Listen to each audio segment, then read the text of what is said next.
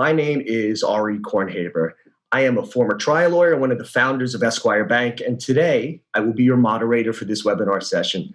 Today we will be covering bold moves, growing your contingency fee law firm post-pandemic. Feels good to say that. We are honored to have our guest speakers today, which include Glenn Lerner of Lerner and Rowe Injury Attorneys and Lerner and Rowe Law Group, along with Peter Webb of Scorpion, a full-service marketing and technology company. Glenn Lerner has been practicing personal injury law for decades, and not only has he built a local name in the various states where he practices, but a national reputation as one of the most successful trial lawyers in America. He has recovered nearly $2 billion for his clients and has been voted best personal injury law firm across a plethora of awards and associations. Glenn deals with a large network of attorneys all over America to provide legal services in cases of personal injury, medical malpractice, hazardous products, and more. A graduate of Duke University and Tulane Law School, Glenn has built his practice into one of the largest law firms in the country, fighting for the little guy against large insurance companies. It's an honor to have you with us today, Glenn Lerner. Peter Webb consults with law firms to create and establish digital marketing strategies, and he is the best at what he does. Peter focuses his time on assisting law firms to help them develop a distinct advantage in highly competitive markets, specifically with case acquisition strategies. Having been with Scorpion since its inception in 2001, Peter has helped thousands of law firms develop marketing strategies and generate more cases at a better acquisition rate. We are truly in the presence of greatness. Peter, so thrilled to have you here with us today.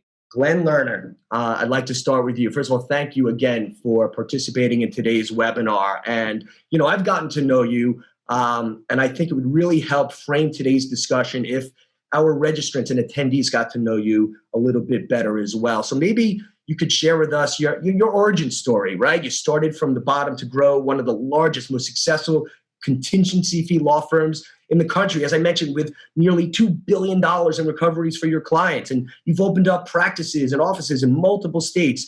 Can you share with us your origin story, where you came from, and we'll go from there? Yeah, Ari, thanks for having me. Hi, everybody. So I started in Vegas in 1991 after I finished law school at Tulane. The truth was, I took a year off when I graduated in 90. I had no idea what I wanted to do. I went out to LA. I was going to be a guitar player. Wasn't quite good enough. Went back to New for a while. I was going to be a waiter. I don't like waiting on people, though. So I followed my parents out to Vegas. My dad had just gotten out of jail. My father went to jail when I was 5 years old, and he was in jail until I finished my second year of law school. And I think that shaped who I was as a person. I was always a fighter. I was a tough guy, and I think that stood me in. It's done well for me as a businessman through the years to have that type of resolute spirit, I think, from growing up the way I did with my dad in jail. Anyway, so I went up to Vegas in 1991. I did a little bit of everything. I worked for a firm for 2 months, and I realized I couldn't work for anybody. So I bought a little practice called Budget Legal from a friend. And, within a few years, I actually went bankrupt within, 3 or 4 months of buying Budget Legal, because the guy sold me the business, all the cases, but he had taken all the money. So I was left doing all the work, but he had taken all the money up front. So I wasn't a very good businessman in the beginning. Nevertheless, so I just finished law school, just started my own business. I went bankrupt in the beginning of 1992. But I built Budget Legal up into a nice little practice, about 20 people, did a little bit of everything, but I became a really good lawyer. I was doing a lot of trials. I mean, at one point I'd done a jury trial in front of 5 of our 7 Supreme Court justices that were eventually on the Supreme Court in Nevada. I became a good trial lawyer. but I understood people. I learned a lot about business, went through a lot of ups and downs. And everybody that listens to me today, please, I don't know. I don't have all the answers. The only thing I can tell you is I've made a lot of mistakes. I've had a few successes, and my successes have been bigger than my failures. But I've made a lot of mistakes. And so when I talk to people, I'm very relational. I'm always hoping that if I can tell you some of the things not to do, it's going to shorten your learning curve. Because I think that's what we all want to do, shorten the learning curve. And I think then you can get to your ultimate point much quicker.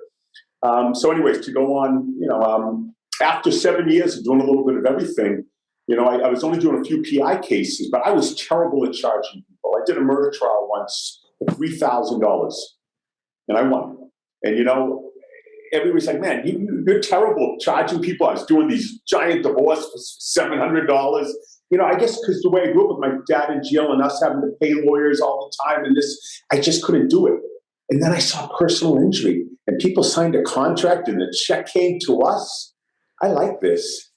I used to make less than the guys at McDonald's. Now I had the chance. I was getting a third of whatever I got. So in 1998, I really decided to just make our practice full-time personal injury.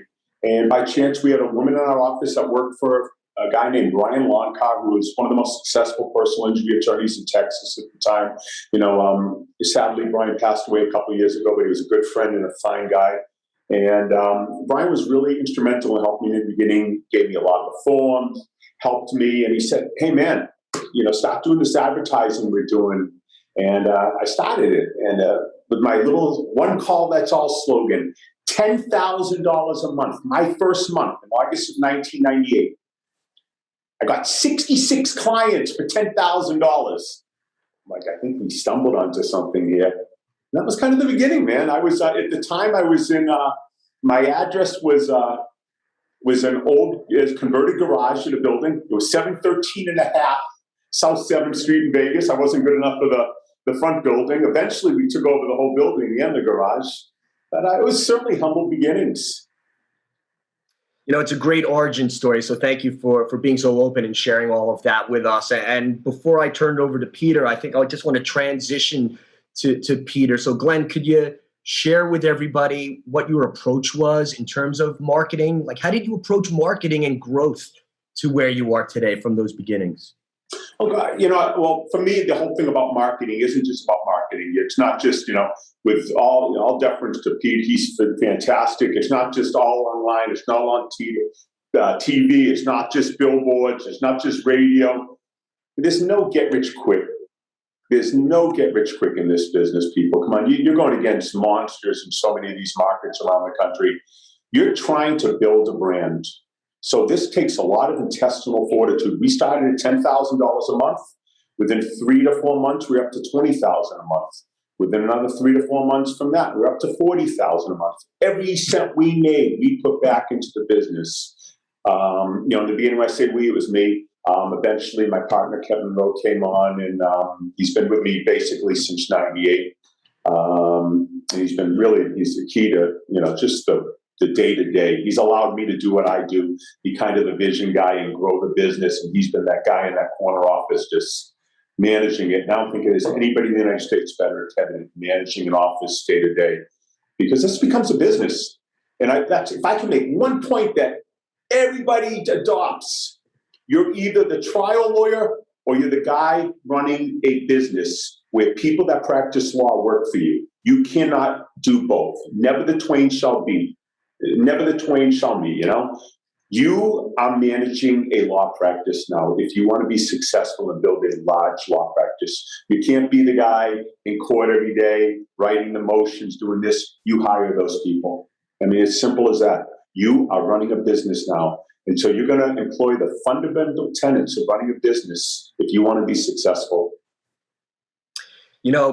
Peter, again, thank you so much for taking the time to be with us today and to share your subject matter expertise. And I love hearing, where Glenn came from and, his strategy of investing back into the firm, slow and steady, sustainable growth. From your perspective, what can a law firm do to improve the quantity and quality of their case acquisition concurrently? First of all, I want to thank you, Ari, and actually everyone over at Esquire Bank for putting this webinar together. It's a lot of work, and so I'm honored to be on here. Additionally, Glenn, it's an honor to be joined with you in today's discussion. I've watched your growth over the 20 plus years, and you're definitely constantly doing things right. And so there's a lot of parallels with what you just went over and actually what I can obviously provide. So in terms of improving the quantity and quality of case acquisition, Glenn, you said it best. There's no get rich quick overnight cheating the system. There is none of that. What you have to do is look at it from a strategic standpoint. So when I look at a client acquisition strategy, especially that's going to be fueled with the marketing and advertising, I look at making sure that the plan fits the firm's goals and that those goals are attainable. Okay, what you said is spot on. You started with 10K, right? And then you grew it and then you reinvested it to 20, 30. You didn't dump everything you had, close your eyes, hope that it's going to work. That's not strategic. That's a hope, right? And so what I look at with a strategy, especially with marketing and advertising, are 4 key things to determine, does this plan make sense? Okay.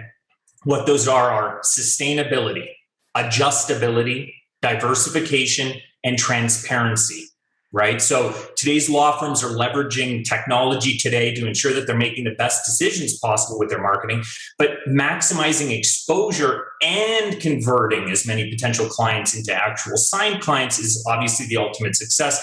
That's what would determine the return on investment. So if you don't mind, I'll just break down those 4 components so that way we all have a better understanding what that is. So sustainability, Glenn, exactly what you said is exactly why it's on here. It's what you spend, what you can do long enough to get a return so you can reinvest in yourself, in your brand, which is your firm, right? So you want to make sure that the budget can be spent in perpetuity, right? So if, for instance, you get a big settlement check and you want to reinvest it, you're eager to do so, don't dump it into 1 month of TV advertising and hoping that 10K will generate the 66 clients, because those are the golden years. That's not happening anymore today. So you got to make sure that you have sustainability. Then going to the adjustability, right? Which is the marketing and advertising needs to be versatile. It needs to be fluid because certain months, certain times, certain channels may work while other channels may not work as well. You have to be attentive to those things and have a proactive approach with the ongoing campaign improvements in mind, meaning that way you can kind of take away the things that are not working well, reinvest in the things that actually are working well. That's how you take advantage of every dollar, every opportunity. You also are getting rid of waste, right? In terms of your budget is going to things that are not producing cases, which brings us to diversification. As the saying goes, don't put all your eggs in one basket. The same applies here. The reason why, all of your clients are not going to one single location. They're going all over the place. They're on a cell phone. They're watching TV. They're at a bus shelter. Wherever that is, make sure you identify who's your ideal clientele. What's their profile? What do they look like? Where do they go? What are their interests? You want to make sure you're putting your money so that way you're getting in front of those people, right? And answering their top questions and what their interests are. And the better you do that, obviously, the better you'll connect with them, right? So you don't want to get in front of just anybody because that's obviously not going to be nearly as effective. You want to get with people that have the highest probability of becoming your client. So you got to make sure that you obviously have diversification in hand. And the final component is transparency. I talk to so many firms that don't really know where their money's going. They know they're spreading it around and they're so afraid of turning things on or off because they don't know if that's working, right? And so sometimes when I talk to their intake staff and they say, hey, yeah, I just asked, where'd you hear of us? Oh, I saw you on TV, right? Or I saw you on the internet. And I say, you're not even running a TV campaign, meaning it's not even actually that accurate. It's not accurate enough to be actionable. So when you know where your dollars are being spent, where you're getting and what you're getting in terms of the return on investment and how you can scale that to get more, that's smart money. And you're so thoughtful and deliberate, both of you, about these business decisions that it's so interesting to hear it from you. So thank you. I want to ask Glenn a question from an audience member. Glenn, how many staff members did you have before you started mass marketing? And follow-up is, how did you assure that your systems were solid enough to market broadly? Before we really started marketing, we probably were maybe 10, 12 people total, myself and one other attorney. And I think this whole business is about processes. You know, I'm the biggest Bill Belichick and Nick Saban fan on the planet because I'm all about putting in. You give people a vision and you give them the processes. This is how we're going to get there. You know, and then that's your culture you built. We're gonna get you there. You know, but you have to get people that are willing to buy in. Not everybody buys in. If they don't buy in, they're out. I mean, you can't have people that are going to buck the culture because ultimately that's the only thing that matters in your business is your culture. And that's been one of the hardest things with the pandemic. I think everybody in the country lost a lot of their culture. The culture is the girls talking in the back and guys throwing the football around a little bit for a couple of minutes in the office. It's that energy, and it's people collaborating and talking about stuff and being a team. And we've lost that. So we've been really, really focused. And I hope everybody that hears this really focuses on with your people, getting together with your people now, getting your people back together, doing activities. You know, we're having our people every couple of weeks, we're having the heads of the different offices take everybody out for the night, the entire office, take everybody out to a bar, you know, 1 or 2 drink minimum, no, but even get drunk, but have fun. Relationship with one another, get to know each other again. That's who we are. The firm is called Lerner and Rowe, and it's Glenn Lerner and Kevin Rowe. But that's not Lerner and Rowe. Lerner and Rowe is those 370, 400 people that are in our office. They represent us every day to the clients. This isn't like the old days when I got to speak to every man. I would take those calls at 2 in the morning, 3 in the morning. Every night client, I was speaking to the craziest of the crazies. I got them. I don't do that anymore. I can't do that. You know, it's so many clients. You need to have processes in place and people in place to do that. But the only way it's going to run effectively as the embodiment of who we are, Lerner and Rowe, if those people buy in. Because that's Lerner and Rowe, that secretary, that receptionist, that intake person, that attorney underneath us. And that's what we're trying to do. Staying with that line of thought, I guess, and you said a key word there, because over the years, you and I have spoken, and I've been so impressed at your approach to intakes. So I want to focus on that a little bit. You know, what golden nuggets of advice would you give to the viewers about an effective intake strategy? I mean, it takes the entire business as far as I'm concerned. I don't care who you are. I mean, there are some amazing attorneys in the country. Gosh, I mean, you hear about Mark Lanier and everybody else getting these big verdicts, but I don't care how good an attorney Mark Lanier is. He's nothing if he doesn't have the case. You got to sign that thing up. And so, what do you have in place? You know, only as far as I know, there were roughly almost 4,000 cases. Cases. There were roughly 3,500 to 4,000 law firms that advertise in one manner or another in the United States. I got this little thing on the screen. Yet only under 400 of those firms have some sort of an intake software. So that means everybody's going on these antiquated ways of writing it down on paper. This accountability is the number one word when it comes to intake. What are your processes in place to make sure that those clients are being called, handled, taken care of correctly? Are you listening to calls?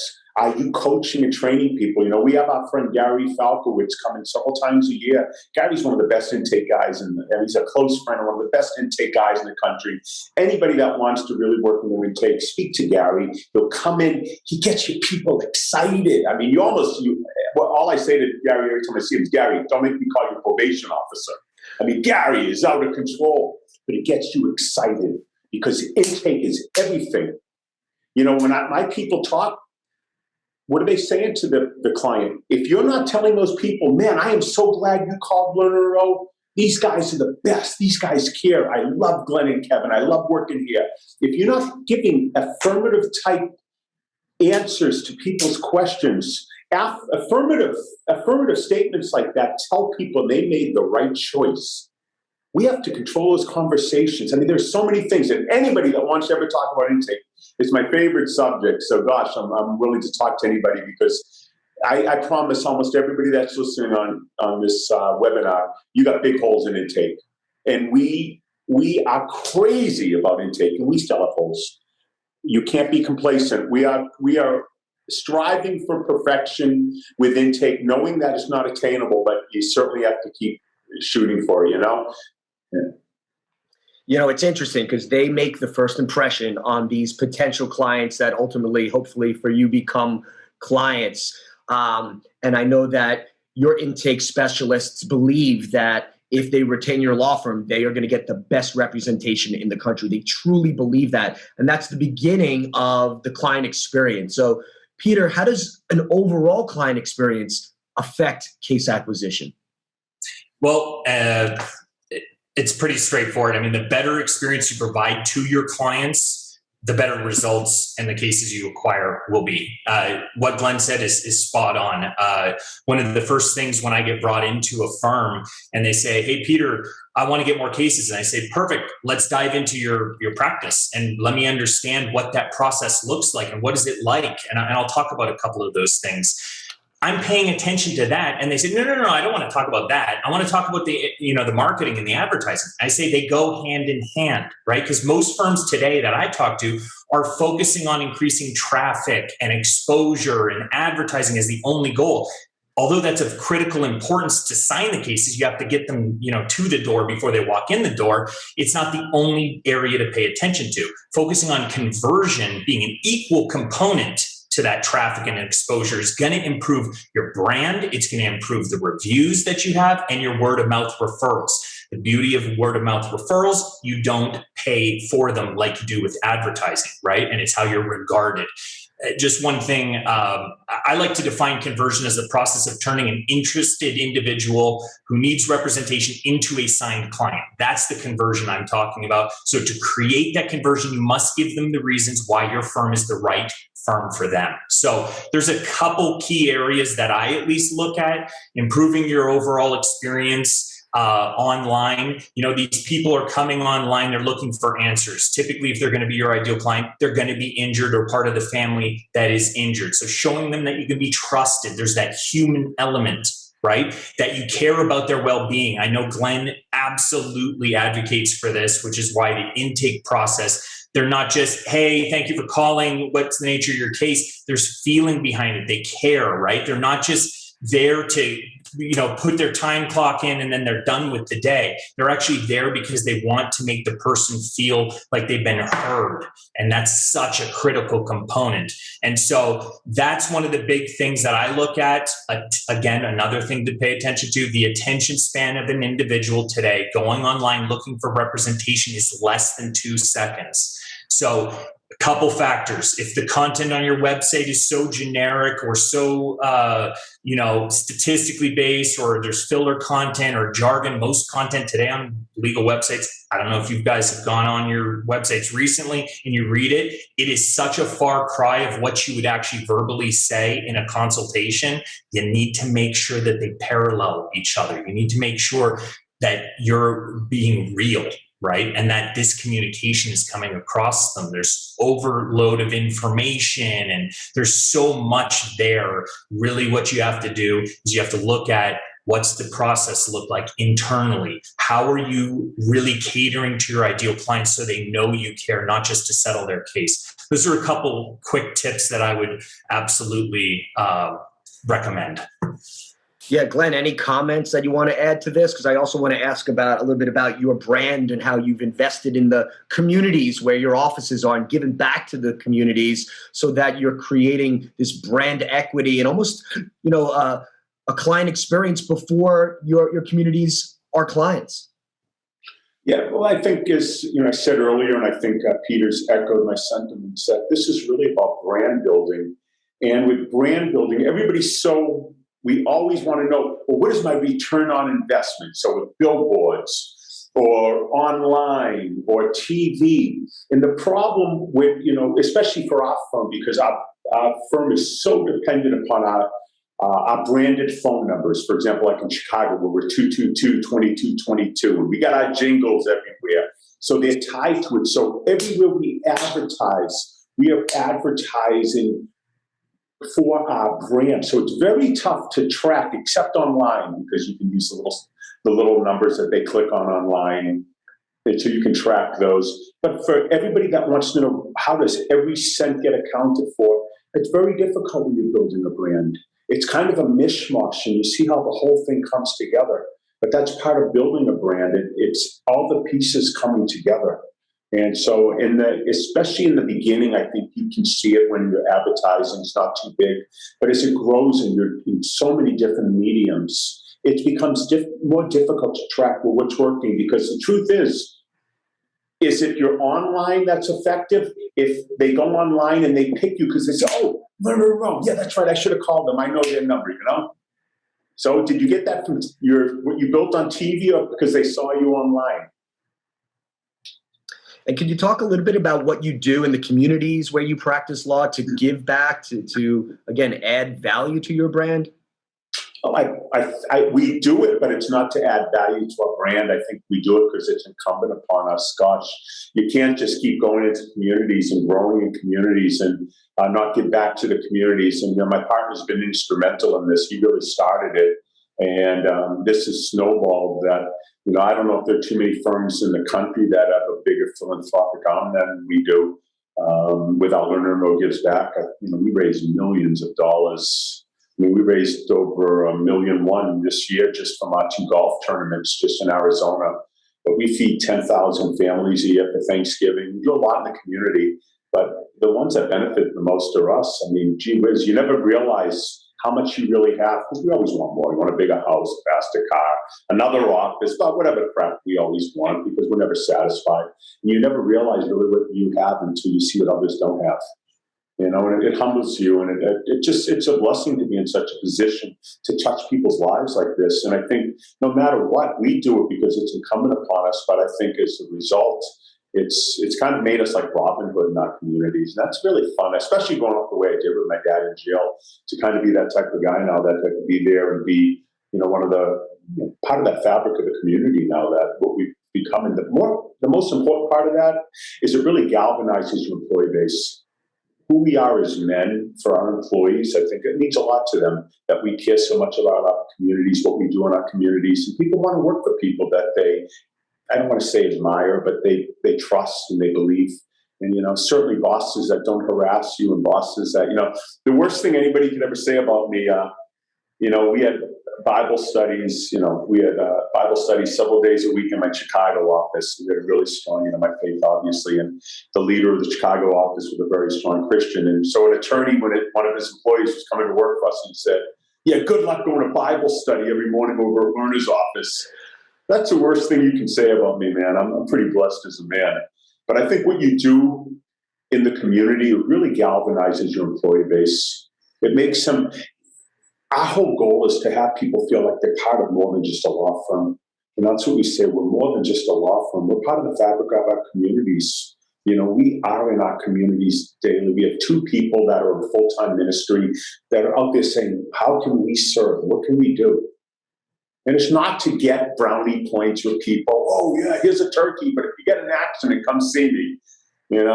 It's just because, man, look how blessed we are. Everybody on this call, you think about it, I mean, we're lawyers, no matter what. Even if you have a little practice, if you have practice 20 times bigger than mine, you've been pretty much blessed more than you ever imagined you could have. You've done better than you probably imagined you ever would have done when you were a kid. And it's pretty nice. So to be able to go out and give to others and, touch lives, that's a pretty amazing thing.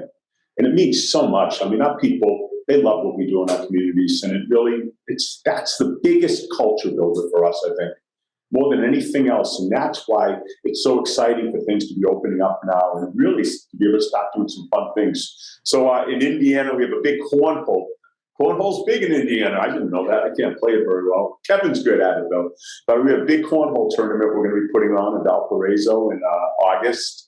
We'll do things like that with like a big giant giveaway. It's just things to bring the community together, meet people, relationship, And I think everybody should, and anybody out here listening, we have 2 people in full-time ministry and myself, Kevin. Anytime you want to speak or get some pointers, or we'll even send somebody out to help you set something up, a Gives Back program. We love doing this stuff more than anything else. It's an amazing thing what you can do in your communities. I love going to speak at homeless shelters, things like that. That's my calling, so it's really an amazing thing. Thank you for sharing all of that with us. Peter, back to you. Earlier on, you used this phrase smart money, and we use that all the time. And we have an interesting perspective. We get to see what some of the most successful law firms are doing with financing and how they're running their law firm like a business. And, what do you think is allowing for smart money post-pandemic growth of law firms today? Fantastic question. And just before I get to that, I just want to comment on one of the things that actually a couple of things that Glenn actually brought up. The concept of you can't fake it is such an important component, which is you can tell Glenn believes and breathes and thinks about the philanthropic side of things, right? And I bring that up because your firm is your brand. Whether you advertise or not, or do anything, how you're perceived is critical to your future case acquisition. I bring this up because so many firms that I talk to are not doing it. And they say, oh, can I get more cases if I just throw some money at this charity or this sponsorship? They don't believe it.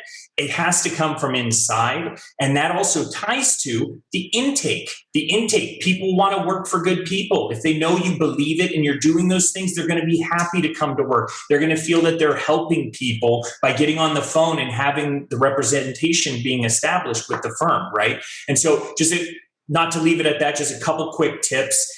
If you don't know or you haven't thought about your branding or community involvement, because the goodwill makes a world of difference, think about this. Figure out what your firm or your brand's purpose is, right? It's clear what Glenn's is. Figure out what yours is, right? Examine your competition, determine your differentiators, right? And that way that can start playing into your messaging. Identify who your ideal clientele are, right? Because your messaging needs to communicate to them the most. Educate and enlighten. Don't just sell at people. Hey, you need to hire us. And kind of enlighten them as to why. The better informed your potential clients are, the easier it is for them to hire you, right? And ultimately use your happy clients to your advantage. Get more reviews, testimonials, word of mouth cases. Doing that will help build and fortify your brand moving forward, because people buy the brand more than anything, because that's one of the first things that they look at. Now, one other thing, if you don't mind, in terms of, I just wanted to give a couple key things. If you're talking about the intake, right? Or you're looking at what experience do you give people, right? So a couple things to look at, questions to ask yourself. Is the receptionist or whoever's answering the phone, are they friendly and approachable, right? Another, is the intake staff, are they knowledgeable and happy to speak with you? Do they know what they're talking about? Or are they just trying real quickly to get you off to someone else? Right? You need to make your potential clients feel like they made the right choice by contacting the firm, right? And that is, again, why the intake process is so darn important. And ultimately, can your firm be reached inside or outside of business hours? Or does it take like a long time to receive a call back?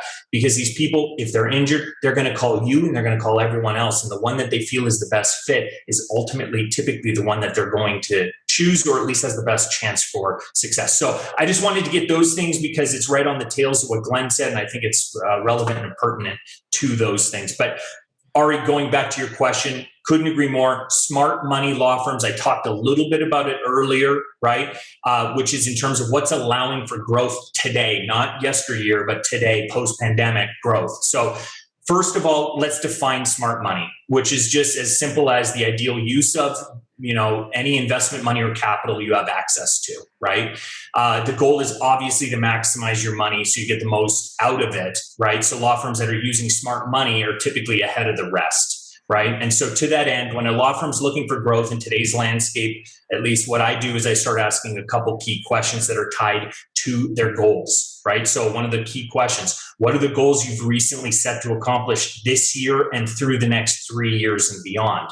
It's such an important question because most of the answers I get are either I haven't or the answer is not actionable, meaning I can't create a strategy off something if they just say, I want more cases, right? And so what you do is if you do have those goals set, you're already ahead of many. But then the next question is, do these goals motivate you?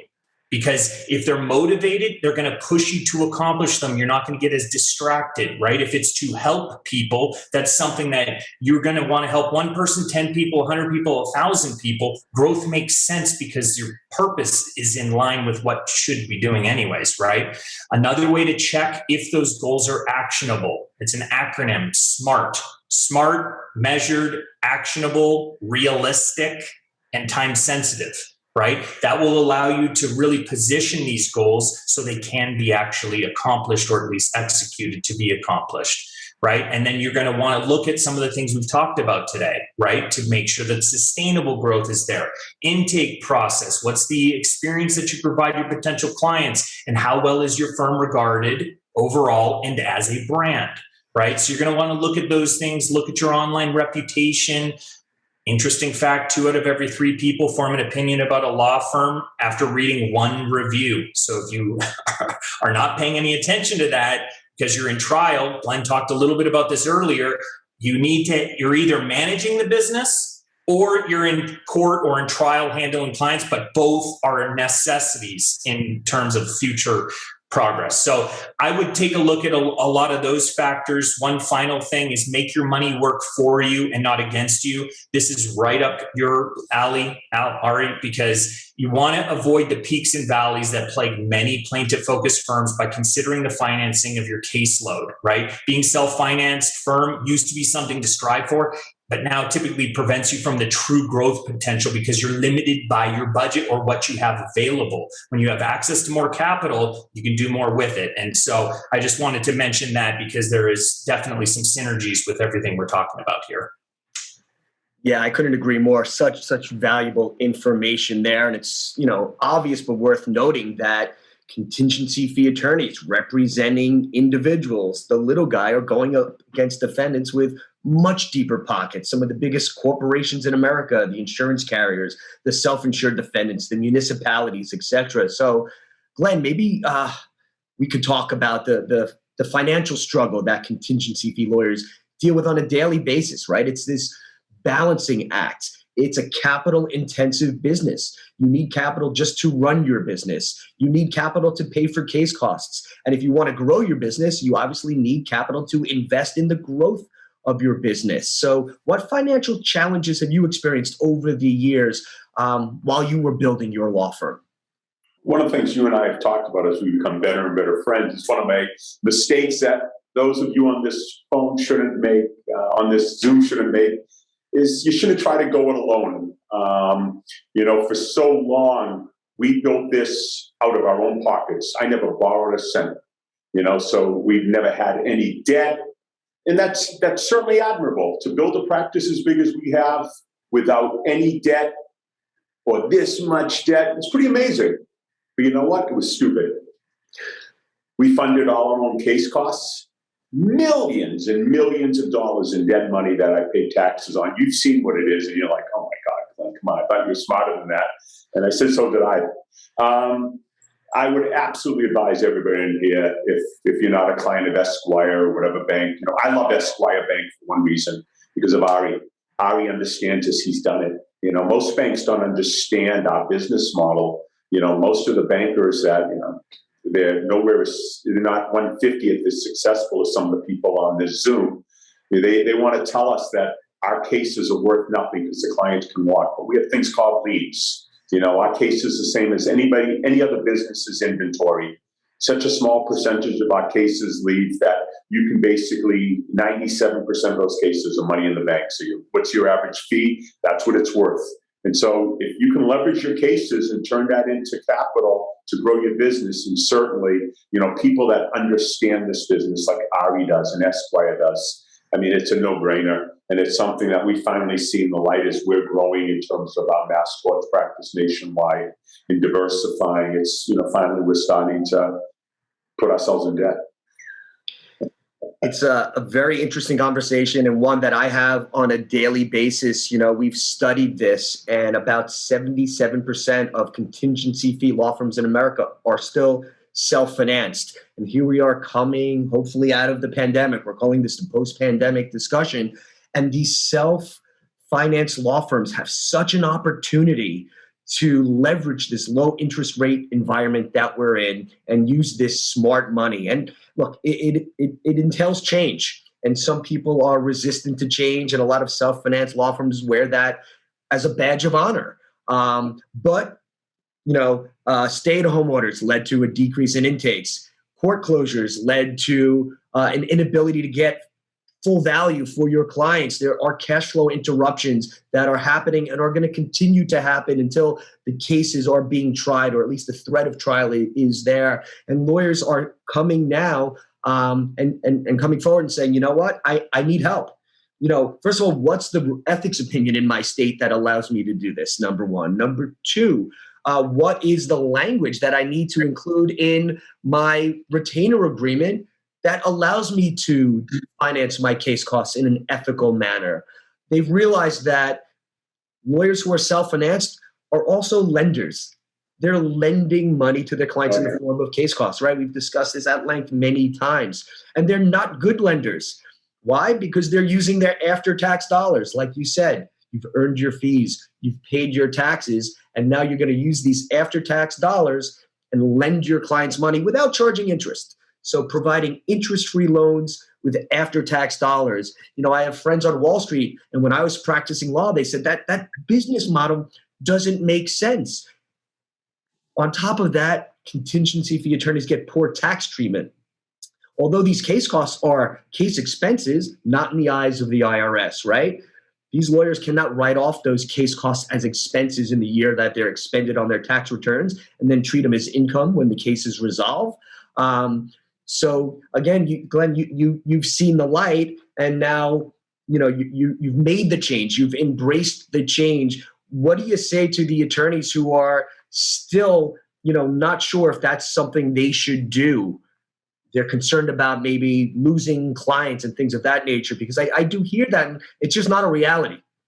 I think one of the things you can always, the chance of losing your client is de minimis. And you could just speak to the clients and say, gosh, I'm paying, I'm happy to keep pursuing your case, but you're going to pay all the costs. Do you want to do that? No. Then looking at paying 5, 6, 7% on the money that I borrow at the end of the case, that lets us fight, keeps your case alive, and gives you a chance. Why would you even balk at that? It doesn't make sense. And so, we've had clients that are going to fight us on it. It is what it is. But for the most part, I think it's such a small amount, especially the price of money right now. I mean, it just doesn't make sense that the rates are so good. And especially you guys, with your bank, you guys really understand this business model. And so you're very good at knowing how to leverage people's inventories and being fair about it. A lot of banks that don't understand what these cases are really worth, and what especially a guy's past performance. Past performance are indicators of future results usually. It's simple as that. If a guy's been successful in the past for 10 years, he's probably going to be successful in year 11. If you have 7 years in a row that your average fee has been between $6,000 and $7,000, there's no reason to think fees are going to go down to $500 this year, And so then, what your inventory is going to be worth, and you're able to protect yourselves, but still be very fair in the rates because you understand the model. And I think there's a lot of opportunity for people to talk to you guys and really grow their firms by doing so. Yeah, you bring up a couple of great points. And when I was practicing personal injury litigation, representing plaintiffs, the law firm I was at was financing their disbursement. So I have that firsthand experience of sitting down with clients at the retainer agreement stage and at the release stage after cases resolved, presenting them with the itemized list of disbursements and discussing the interest line item and different conversations you have at those touch points, right? And typically the clients felt even more confident in me as their attorney in our law firm because we had the strength of financing behind us to go up against these big corporate defendants. And we were using the case cost financing to bring in the best experts. They're more expensive, but they also lead to the better results. So I think when you frame the discussion that way, it's a smart way to use smart money. And I know, Peter, we've had this conversation as well, and it's just, again, another area where smart money can be used to reinvest in the firm. And like you said, try to level out the ebbs and flows of this irregular cash flow model. Absolutely. I meet with so many firms that they're unfortunately not paying attention to a lot of the topics, which is why we're having this webinar today. It's to educate, enlighten, successes, what prior mistakes turn into, future plans of, okay, we're not going to do that. And that's obviously the whole point of today. And so it's, in terms of the peaks and valleys, there's no need to get that great settlement check and then crash while you're trying to build more. And then there's no need to do that anymore, right? You talked about the interest rates. You talked about all the accessibility that we have today. And so focusing on the funding, focusing on the experience, focusing on your reputation, your brand, what do you believe in, right? And getting that in front of your potential clients. Everything we've discussed today is intrinsically related. Everything pays attention. Glenn talked about it. It's really difficult to track in terms of where a case came from, if it was word of mouth or the internet or this, because today there's not really online, offline anymore. People are on their phone watching TV. Well, which one was it? This one or this one? Which one could? So you have to look at it kind of at a global level and just be pushing forward all of the things and make sure you're attentive to all the things we've discussed today. So I couldn't agree more. I want to pay attention to some of the questions that are coming in through the chat. If someone's taking the time to ask a question, I want to present it to the panelists. Glenn, one for you, back to the intake discussion. How many intake people do you have, and how do you decide on how much is enough, the right proportion of intake specialists? We have roughly 40 people in intake specifically that handle the intake calls, and probably another 15 to 20 receptionists. I think it depends on the area. I think I'd always rather have more intake than miss that call.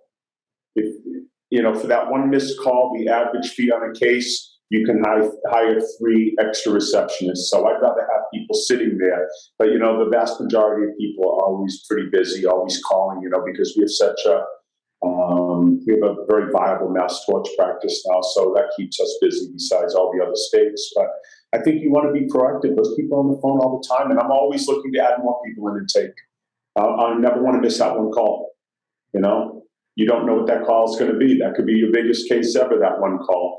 But when we're on this for 1 second, one thing I want to make sure everybody knows, everybody, when that call comes in or that email comes in, you got to be on it. You got to be a hustler. Everybody's, I think a lot of people are very complacent. They're like, Mr. Johnson can get you in Tuesday at 3:00. I'm telling you right now, if you're putting people off, if you're not signing that person up this second on the phone with DocuSign, or they want to go think about it, talk to their wife, you're not following up nonstop with them, they're going to your competitor. They're going to see 50 other commercials, 30 other attorneys online hitting up, 12 other billboards driving home. You have to take advantage of that when you have them on the call. Once you have them on the call and you get them to DocuSign, the chance of them dropping you is 1 or 2% out of 100, And so I just really, people have to hustle more. When we have online inquiries come in, we usually respond between 15 seconds and 1 minute. So the people a lot of times like, wait, I just submitted that. How did you guys get in touch with us so quickly? We want your case, A lot of people, we get back to them daily. You lost it, baby, This is a hustle business. Nobody out there on this thing right now is probably running a 4.40 or dunking a basketball. Nobody has any extraordinary skills, but you have a law degree. And that law degree allows you to represent some poor schlub who may have just gotten hit by a tanker truck or this or that. And by chance, they picked your name out of a hat and they're going to make you rich. You did nothing. It was the luck of the draw. You got them. You just can't blow it. So what are you going to do? You have that chance. And that person right out there getting that call right now, one of the participants in this Zoom right now, you get that case, you settle that case, you just became my competitor. If you don't go buy the big house and the big car with your money, you put the smart money into building a brand, you're my competitor. That's what's happening. Smart people are building brands. They get lucky, one big case, so they get a case, they sign it up and send it out to Brian Panish. And the next thing you know, you got another competitor in your market. So I don't know if I answered your question. I probably went off one of my tangents. Listen, there are a lot of participants here. I encourage everyone to stay to the end because we're going to be offering some valuable opportunities to all of you. Glenn, And Peter, let's talk about where the practice of law is going. Because if we look back, it's changed quite a bit. And I know we've talked about this. We believe that change is going to continue, consolidation and things like that. Glenn, everybody wants to hear from you your thoughts on the future of the practice of this type of law and the changes that we could expect. I think before the pandemic, I think we all knew that there was a reckoning coming to personal injury law in the next 12 to 15 years with the advent of autonomous vehicles, cars having better and better technology where, when you get too close to someone, it makes some noise or your blinkers do this or do that. It's harder and harder for cars to crash. So as you get newer and newer cars on the road, you have fewer and fewer older cars that don't have those technologies. You're going to have fewer accidents. Now, we saw with the pandemic, a lot of our roads had 10% of what they're used to. Everybody that's on this call, us included, we saw our cases go down for the year. We were very blessed that our cases didn't go down to the same percentage of the number of people working or people driving, but still, it changed our business model, and it's not going back. If you think that it's going back to normal, that first question you had, the new normal, this is the new normal, people. You're going to have a higher percentage of people working out of the house. Those glory days of just accidents falling from the sky, it's not going to be quite the same as it was before. I think it's going to, a lot of people obviously worry right now. I mean, it's simple as that. And I'm a contrarian, so people are worried. That's when I think there's opportunity. I truly believe consolidation is coming to our business. You have to. There are too many lawyers, too many guys fighting over for cases, and it's just not enough opportunity for the smaller players. I think there's a lot of opportunity even for bigger players that just don't want to do this anymore. A lot of guys are getting older. They're looking for exit strategies. This is a perfect time. It's a different world in this business model now. Social media is playing a bigger and bigger part. How do we as lawyers become relevant on social media? How do you take what we do and become relevant? It's a different world now. I wish it was the old days where you put 10,000 on TV and everybody's home and the phone just keeps ringing. That's a good return, $166 per case. That's not happening anymore. Case cost acquisition price is going up every single year as people are spending more online, more and more people are advertising on TV for fewer and fewer cases. Go to Vegas. Peter, what's it like in Vegas looking at billboards? It's crazy, right? Well, first of all, I see you I'm like, Glenn, there he is again, the yellow billboard, bus shelters, you're everywhere. You're ubiquitous in Vegas. So I love that word ubiquitous, but so there are a lot of other guys everywhere. There's a lot of choices for people. There are a lot of choices for people everywhere in this business model. You're just trying to figure out how do you say, look at me, and Peter, you know how to do this. It's only one aspect of it. There's just so much that goes into this, to building that brand. I reckon we could talk about this for hours because I love this business model. I think it's a truly unique business model. We get people that really aren't businessmen. We come in with law degrees. I mean, we're taught this stupid word, taught. I thought it was a tart when I first went to my first class in Tulane. I was like, what, a class on pastries, torts? And so that ends up being what I pursue for my career. But how this metamorphosis from a guy that doesn't even know what the word means to it becoming pretty good at this as a businessman, turning it into a business model where you employ the fundamental tenets of business, and you almost turn this into a widget factory. Because I think that's the only way you can approach this to be successful and to really provide the best service. Because people, you are not the commodity. The client is the commodity. They have all the leverage now. They don't like you, they'll give you a 1 star. Whether you deserved it or not, that 1 star knocked out $100,000 of your TV advertising in one blow. So get over yourselves. You are not the commodity. The client is everything. How are you going to service that client? How are you going to take care of that client? How are you going to love that client and make that client want to, say, oh, those guys are the best? It's tough. It takes a lot of work. It's continuous training. And we're not perfect. But when you drop the ball, how do you say mea culpa to a client and get them to turn that 1 star? My partner, Kevin, his whole life is just handling negative reviews. taking 99 out of 100 of those that, because usually it's just a cry for help. A one-star review isn't somebody that really thinks you want. It was a cry for help. They don't know how else, maybe the lines of communication got broken, whatever happened. So instead of just saying, oh, forget them, we'll make it up with 25-star reviews, you do the math, it still doesn't get you quite back up to 5 stars. So he's on the phone with every one of those things. Mrs. Johnson, what happened? How did we drop the ball? Why did you write that? I've looked at the notes. It's not quite what you're saying. Let's talk about this. And 9 times out of 10 times they'll remove that or even turn it into a 5-star review. The customer isn't always right, people. The customer just wants to be heard. Remember that.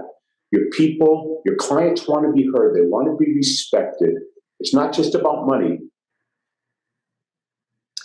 Amazing. Well, we're rolling up to the top of the hour, so I want to give each of you a chance for final thoughts, but I also want to let the participants know we just put up a polling question, and Glenn and Peter were kind enough to offer their availability, myself as well. If you would like to speak with any of us one-on-one, we're not just offering a consultation with Scorpion or someone from Lerner Monroe or someone from Esquire Bank. We're here to have business conversations with you at your convenience. So please don't be shy. It's a sincere offer from all 3 of us. Also want everyone to know that Esquire Bank is about to publish an ebook, a white paper, if you will, of 5 things, 5 bold moves that every contingency and key law firm should be doing coming out of the pandemic. So if you're interested in that, please let us know, because it will be published in the next week or so.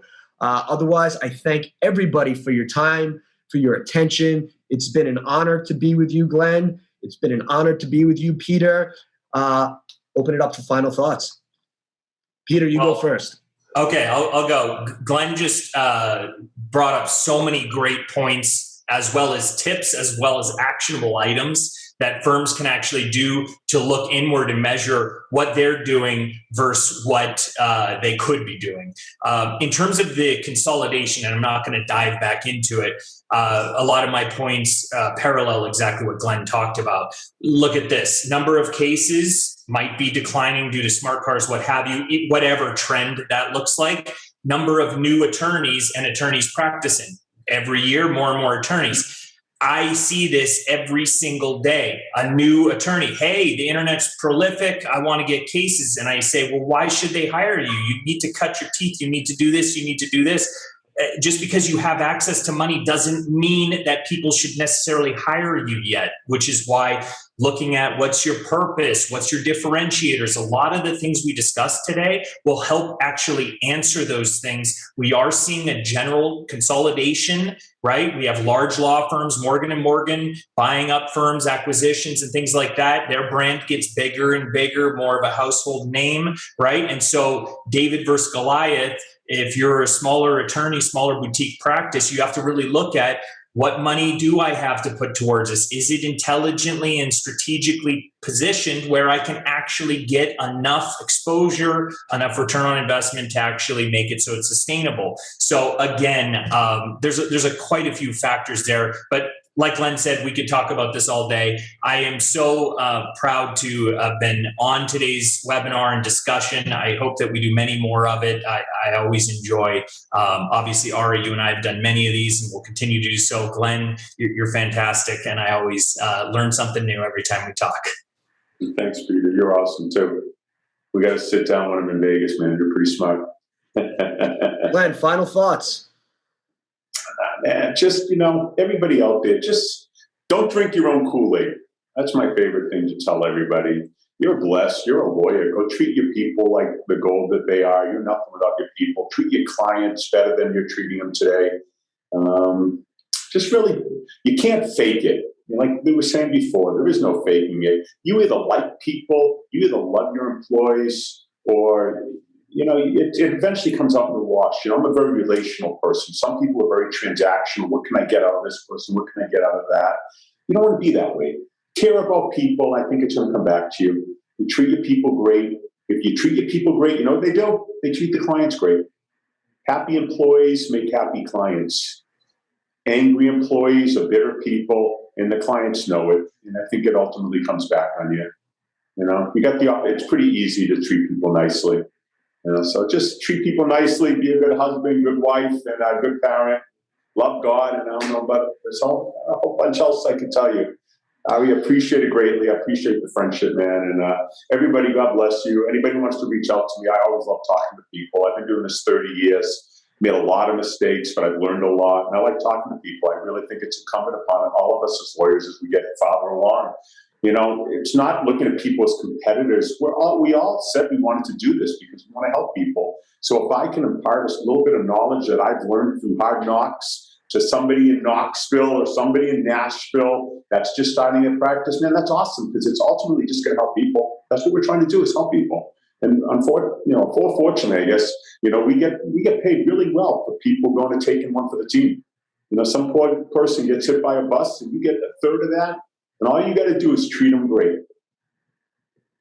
Thank you, Glenn.